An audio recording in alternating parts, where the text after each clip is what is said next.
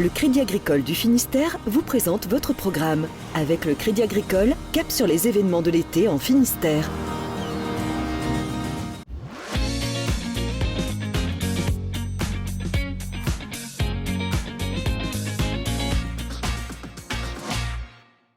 Bonjour à tous et bienvenue dans cette nouvelle édition. Aujourd'hui, nous sommes dans un endroit calme et paisible, le parc des arbres du monde à Huelgoat dans le Finistère. 3600 espèces, 22 hectares. Vous pouvez découvrir ce lieu durant tout l'été et toute l'année. Ce lieu va également accueillir ce vendredi et ce samedi la 4e édition du festival Zik, Art et Botanique. Tout un programme, on en parle dans un instant. Mais juste avant, l'actualité en images avec les rédactions de TBO, TV Sud et du Télégramme.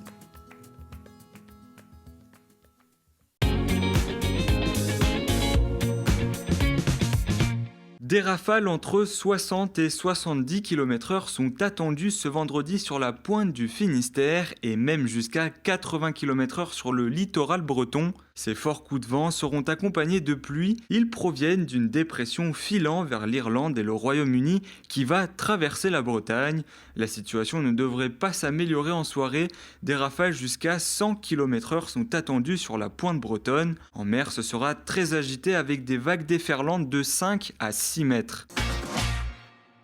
Un procès de 2 semaines sur le naufrage du chalutier Bugalet-Braise va s'ouvrir le 25 novembre prochain en Angleterre. C'est la justice anglo-saxonne qui reprend le dossier car 2 des 5 marins bretons décédés ont été retrouvés dans les eaux britanniques. En France, la justice a conclu un non-lieu, ne retenant pas l'hypothèse privilégiée par les familles d'une croche avec un sous-marin. Plus de 15 ans après, les circonstances du drame restent inexpliquées. La récolte de coco bat son plein à Paimpol, mais cette année, le président du syndicat des producteurs fait la grimace. 139 tonnes ont été comptabilisées contre 360 en 2017. Avec l'interdiction des insecticides, la mouche du haricot s'en donne à cœur joie sur les jeunes pousses de printemps. Pour contrer la disparition de cette légumineuse, le coco va être commercialisé en grains sous vide afin de s'adapter aux consommateurs.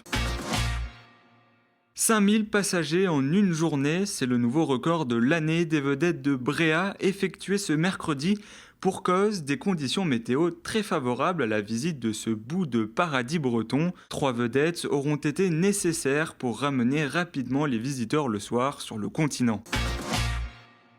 Un baigneur pas comme les autres s'est invité sur la plage de Pinfoul ce mardi, un serpent qui louvoyait tranquillement dans l'eau. Il a finalement été reconduit sur la terre ferme par un vacancier qui n'a su dire s'il s'agissait d'une vipère ou d'une couleuvre.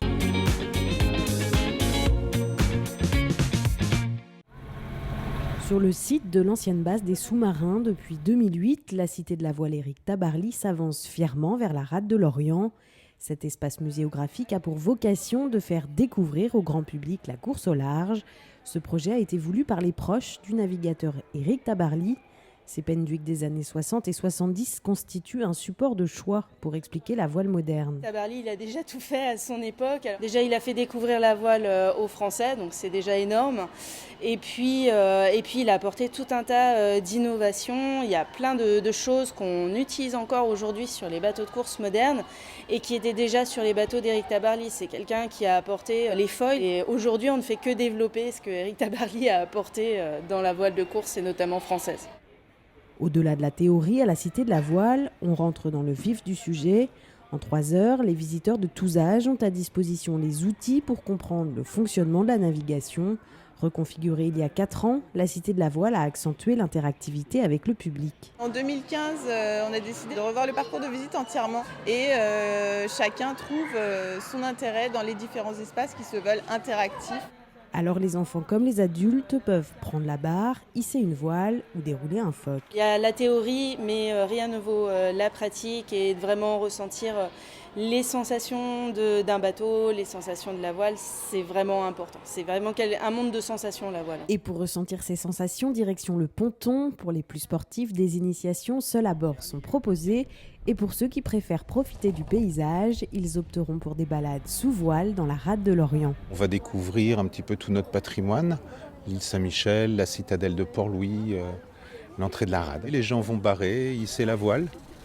En gros, on va essayer de faire participer un petit peu tout le monde. Tout l'été, la Cité de la Voile est ouverte tous les jours de 10h à 19h.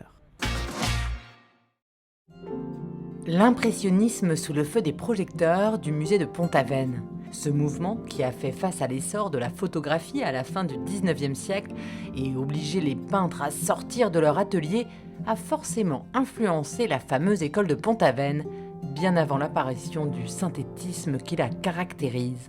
Quand on regarde le premier plan, on voit que Gauguin est encore dans la veine impressionniste avec une touche assez virgulée. À partir du deuxième plan, à savoir le corps de ferme, on voit déjà un traitement plus synthétique. Et c'est bien le synthétisme qu'il invente ici aux côtés d'Émile Bernard. Peindre en extérieur grâce aux nouvelles palettes portatives pour capter au mieux l'instant et ses émotions, c'est la base de l'impressionnisme. Les saisons, la météo et les différents moments de la journée sont alors une source inépuisable d'intérêt et d'inspiration pour les artistes. Derrière moi, on aperçoit des rochers au soleil couchant par Maufra. C'est tout à fait emblématique, c'est-à-dire que l'intérêt de l'artiste n'est pas tant le sujet des rochers, mais vraiment l'impression qui émane de cette scène en fin de journée pour capter des effets de lumière inédits. C'est un exercice difficile qui était souvent pratiqué par ces peintres en plein air, mais qui pouvait ensuite être retravaillé dans l'atelier de l'artiste. Des terres au littoral, la mouvance impressionniste s'amuse avec les paysages changeants de la Bretagne. La région devient un terrain de jeu extraordinaire pour les peintres qui jouent avec leurs sensations et les nôtres. On sent bien le rythme des vagues, on sent bien les embruns finalement. Et c'est vraiment une peinture déjà extrêmement expressive que l'on montre ici au musée de Pont-Aven. L'impressionnisme d'après Pont-Aven, une exposition temporaire à découvrir jusqu'au 5 janvier prochain au cœur de la Cité des Peintres.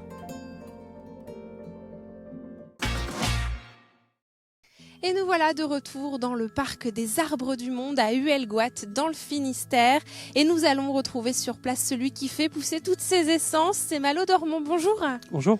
Alors tout d'abord, commencez par nous dire comment s'est créé cet endroit où poussent de nombreux arbres. Alors c'est une histoire originale puisque avant le site accueillait une ferme, tout ce qu'il y a de plus normal pour une ferme des Monts d'Arrée. Et cette ferme a été reconvertie en parc botanique par un ancien directeur de maison de retraite qui s'appelait Jean Mérette et qui était passionné de botanique, passionné aussi par son métier de directeur de maison de retraite et qui voulait que les résidents soient ici dans un endroit stimulant, verdoyant, reposant, alliant le thérapeutique et la botanique. Un lieu stimulant et verdoyant, 3600 espèces, 22 hectares. Comment est-ce que vous faites pour que toute cette biodiversité vive ensemble, cohabite ? La nature est bien faite finalement ? La nature est bien faite, oui. Et c'est surtout le climat qui va être propice aux plantes qui ont été acclimatées ici. Voilà, c'est des questions de température. Il fait pas vraiment froid dans le Finistère. Les étés sont pas trop chauds. Ça fait combien d'arbres en tout ici ? Alors, il y a environ 10 000 sujets. 10 000 sujets ? Oui, environ. Qui viennent du monde entier ? Oui. Alors principalement de zones, Asie, l'Océanie, donc un petit peu d'Australie, Tasmanie, Nouvelle-Zélande. Et puis Amérique. Comment est-ce que, justement, vous en avez parlé, le réchauffement climatique, est-ce que ça touche la région ? Est-ce que les arbres ici ont souffert de stress hydrique, même s'il n'y a pas vraiment eu la canicule ces derniers mois ? Oui, je pense qu'il y a des sujets qui reçoivent des précipitations moindres et en fait, c'est des stress qui s'accumulent et qui peuvent finir par tuer l'arbre. Qu'est-ce que vous ressentez ici ? C'est vous qui gérez ce lieu. Comment vous vivez ça au quotidien, d'être entouré de tous ces arbres ? Alors c'est un lieu exceptionnel, je pense que c'est magique et puis beaucoup de personnes rêveraient de faire ce que je fais. Après, il y a les mauvais côtés aussi. L'hiver dans les Monts d'Arrée est pas facile.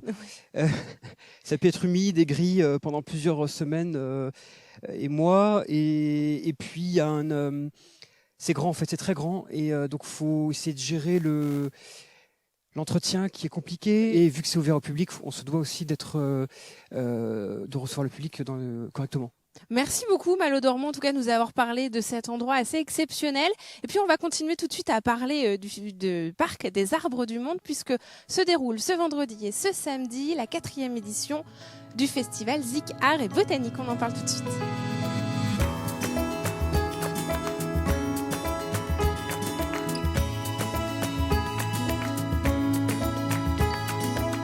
Bonjour Olivier Cloarec. Bonjour Julie. Vous êtes l'un des organisateurs du festival Zik Art et Botanique. La 4e édition va se dérouler ce vendredi et ce samedi. Comment est-ce que vous liez la musique, les arts et la botanique? Comment est-ce qu'on fait ça? Tout simplement en regardant un petit peu ce qui se fait autour de nous.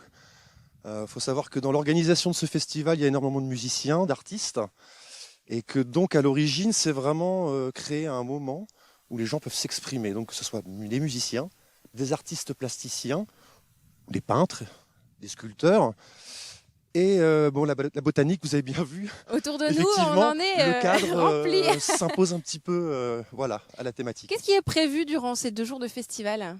Alors durant ces 2 jours, nous avons des concerts le vendredi soir pour ouvrir le week-end.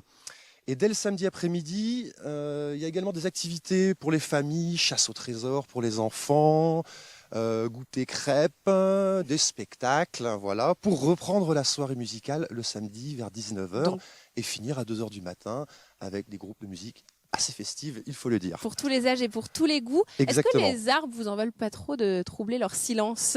Je ne pense pas, je pense même que ça leur fait du bien de voir des gens qui sont là autour d'eux, un petit peu de vie, et puis on fait ça effectivement dans le respect de leur lieu de vie. Merci beaucoup Olivier Cloarec de nous avoir parlé de la 4e édition du festival Zik, Art et Botanique qui se déroule ce vendredi et ce samedi au Parc des Arbres du Monde à Huelgoat dans le Finistère, un lieu que vous pouvez venir visiter également tout l'été et toute l'année. On vous retrouve très bientôt sur TBO et TB Sud pour un nouvel Instant Été. Belle soirée sur nos antennes.